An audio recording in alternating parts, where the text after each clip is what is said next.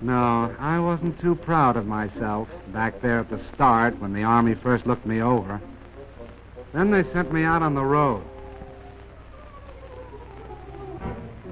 They tried to drown my motor, but my ignition was set too high for that. They tried to break my back on roller coaster roads. But when I held together, it looked as if the Army and I might somehow get along because they gave me a nickname. From the words general purpose, they took the G and the P. They called me Jeep. It sounded more like a noise than a name. Then it really began. I was sent out on maneuvers. This Army was getting tough.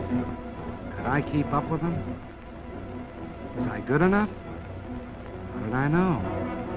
All I could do was keep my fenders straight, my gears grinding, and hope for the best.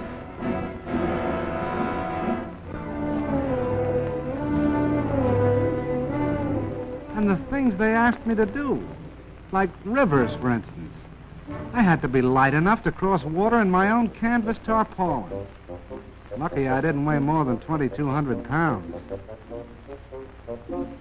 And it was lucky that I wasn't any bigger than 11 feet long and 5 feet wide and 3 feet high. Because when the outfit took to the air, they expected me to go right along with them.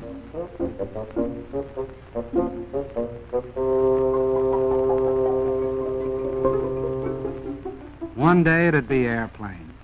The next it'd be a transport glider. And if I wasn't riding in them, I was pulling them up into the sky. Lucky I was 60 horsepower strong.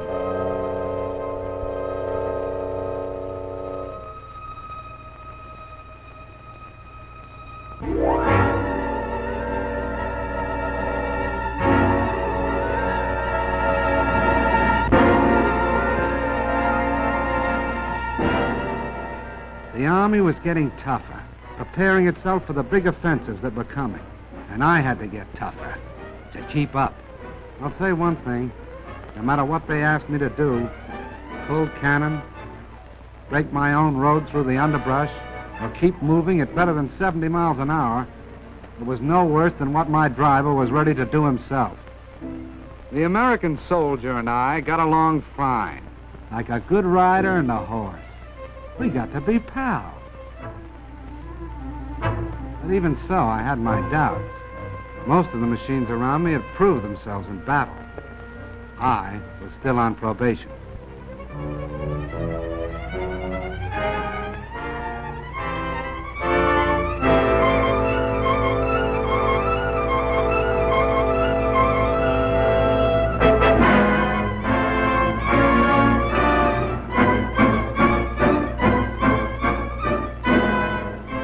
I did about everything a machine could do to stick with that Army. I stood up to gunfire and mounted a gun of my own. I laid down smoke to hide the tanks that followed. I helped out wherever I could.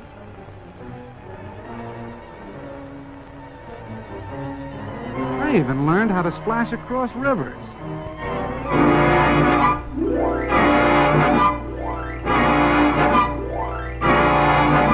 With a boat arrangement built around my middle. But I didn't know yet whether I was accepted until all of a sudden I found myself in mass production. It meant only one thing. I was a success. I was getting turned out one every 2 minutes. 30 Jeeps an hour. What do you think of that? All of a sudden, I found that I was a popular kind of character. I was marching right up there in front with the band. I was meeting movie stars, and we went out driving together. We sold war bonds right down the streets of Washington, D.C. itself. I was a success. I got all set to go traveling. They credit me up for shipment overseas to do the job I was built for.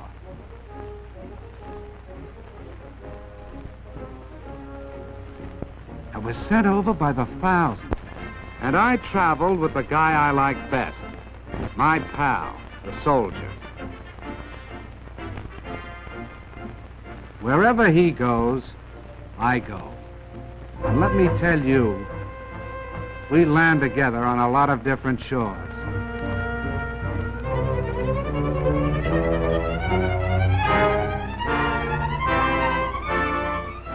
I went to work in the South Sea Islands. I fought mud in North Africa. I went sightseeing in Egypt. And in China, I teamed up with General Stilwell, with General Chennault and his Flying Tigers. I kept from freezing up in Alaska and from boiling down in Timor.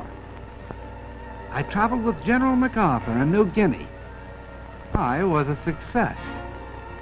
I hobnobbed with famous people like Wendell Willkie, with King George, and Queen Elizabeth. I went out with presidents. I was with Mr. Roosevelt in Casablanca. And I was part of the victory in North Africa. I was a success. But the thing that makes me a success most of all is this. I've made a friend. I mean the soldier. Wherever you see one of us, the other won't be far behind. And that goes for now, when we're fighting together, and for after the war, when we'll be building together. Because the rumor is going around that the Jeep is here to stay.